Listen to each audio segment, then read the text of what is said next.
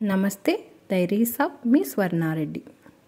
దసరా నవరాత్రులలో ఫస్ట్ రోజు అమ్మవారికి కట్టె పొంగలి ఎలా చేయాలో చూసేద్దామా అండి. 1 కప్పు పెసరపప్పు, 1 కప్పు బియ్యం తీసుకొని పెసరపప్పు దోరగా వచ్చేంత వరకు వేయించుకొని 2 కలిపి బౌల్లో వేసుకొని శుభ్రంగా కడుక్కున్నాం. 2-3 సార్లు కడిగేసుకొని పెట్టుకోవాలి. నానబెట్టాల్సిన అవసరం ఏం లేదండి.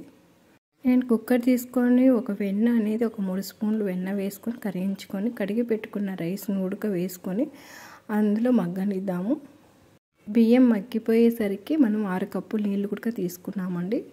2 కప్పులు రైసు పెసరపప్పుకి 6 కప్పులు నీళ్లు పడతాయి.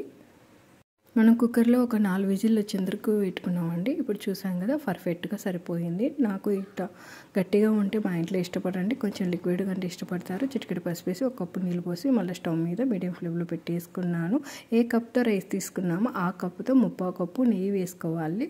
మిరియాలు, జీలకర్ర, అల్లం సన్నగా తరిగేసి వేసుకోవాలండి. కొంచెం మగ్గనిచ్చిన తర్వాత 5-6 పచ్చిమిర్చి కట్ చేసుకొని వేసుకున్నాను. కొన్ని ఎండుమిర్చి, జీడిపప్పులు కూడా మనం తీసుకొని వేసుకున్నామండి. మొత్తం వేయించుకున్నాము. తర్వాత కరివేపాకు వేసుకొని కొత్తిమీర కూడా వేసుకున్నాము.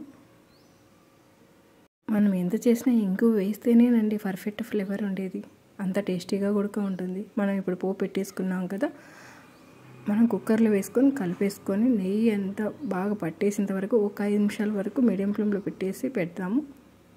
ఇప్పుడు పర్ఫెక్ట్గా సరిపోయింది. ఒక బౌల్లోకి తీసుకుంటామండి. అమ్మవారికి ప్రసాదంగా కూడా పెట్టుకోవచ్చు, బ్రేక్ఫాస్ట్గా కూడా చేసుకోవచ్చు.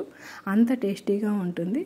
ఇల్లంతా నెయ్యి స్మెల్తో పరిమళిస్తుందండి. అంత టేస్టీగా ఉంది, అంత సువాసనతో, అంత రుచిగా ఉంది.